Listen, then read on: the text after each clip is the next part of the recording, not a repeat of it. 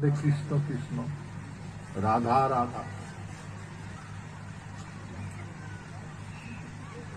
শাস্ত্র কোনটে লেখা নাই রাধা কৃষ্ণের মাইয়া, কোনটিও লেখা নাই।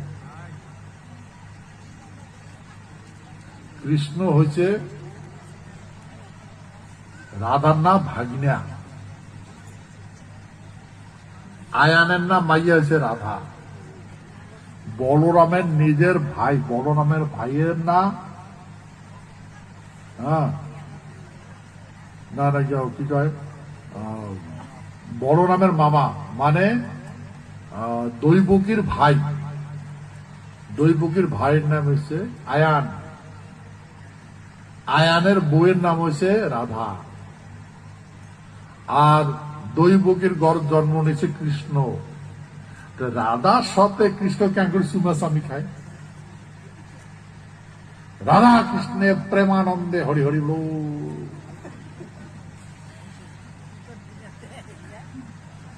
তাহলে ভাই কাজ করো, বললে মানুষের কম তো তোমার আর উল্টার কইয়া উকিবার কি দরকার আছে?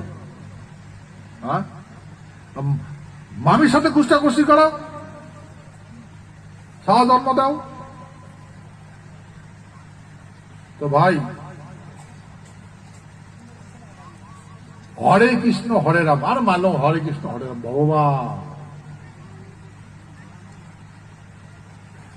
কৃষ্ণটা ভগবান, তাহলে ওর বংশের যেগুলো আসলে ভগবান নয়, ভগবানের বংশ নয়। রামটা ভগবান, ওর বংশটা ভগবান নয়। হ্যাঁ, তাহলে ভাই এটা মনে রাখবেন,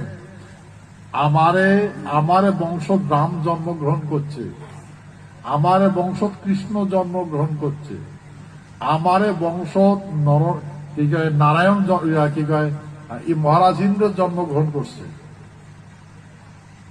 তাহলে আমরা তারে বংশধর, তা আমরা যদি নারায়ণ নারায়ণ করি কাঁদি হবে?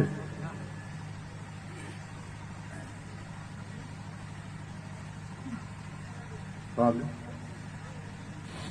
সেই জন্য আমার পূর্বপুরুষ ভক্তি শ্রদ্ধা করবার গেছে, ভক্তি শ্রদ্ধা, তার ডাইরেকশনও জীবন যাপন করবার গেছে। তাই যেটা নির্দেশ দিছে সেই নির্দেশে জীবন যাপন করবার দিছে। আমার এই রাজবংশী ক্ষত্রিয় মাসিগুলো কি দেখা গেল, এই মানুষের বুদ্ধি ধরে পালেবার বাধ্য হয়, বাড়ি ঘর